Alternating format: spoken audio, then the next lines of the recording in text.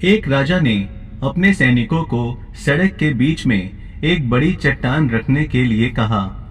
चट्टान को बीच सड़क में रखवाकर राजा ने अपने सैनिकों से छुपकर उस चट्टान पर नजर रखने के लिए कहा कि देखना उस चट्टान को रास्ते से कौन हटाता है। लोग उस जगह पर आते रहे और जाते रहे, लेकिन किसी ने भी उस चट्टान को रास्ते से हटाने की कोशिश नहीं की। उस चट्टान के पास से लोगों के गुजरने वालों में राजा के कुछ करीबी लोग और शहर के बड़े व्यापारी भी शामिल थे, और उनमें से कुछ लोग तो राजा को ही कोसने लगते कि क्या राजा इस चट्टान को भी रास्ते से नहीं हटवा सकता। लेकिन किसी ने भी उस चट्टान को रास्ते से हटाने का प्रयास नहीं किया। ऐसा काफी दिनों तक चलता रहा। एक दिन एक किसान अपनी सब्जियों के साथ उधर से गुजर रहा था। उसने चट्टान को रास्ते में पड़े देखा और सोचा कि सबको इस चट्टान की वजह से कितनी तकलीफ हो रही है। उसने अपनी मजबूत लाठी से उस चट्टान को एक तरफ धकेलने की कोशिश शुरू कर दी।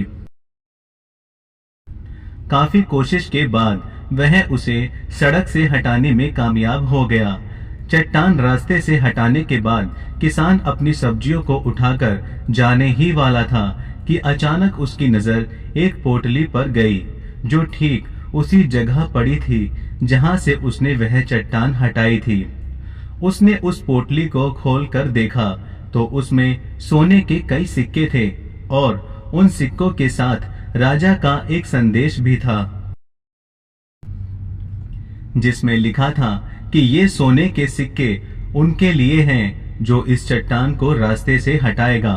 दोस्तों, बिल्कुल ठीक इसी तरह हम सब की लाइफ में भी कई परेशानियां आती हैं। कुछ लोग उन परेशानियों से बचकर निकल जाते हैं और कुछ रास्ता बदल लेते हैं, और चंद लोग ठान लेते हैं उन परेशानियों का हल निकाल लेने की, और ऐसे ही लोग मुश्किलों में संभावनाएं और संभावनाओं में छिपे अवसर को खोज लेते हैं।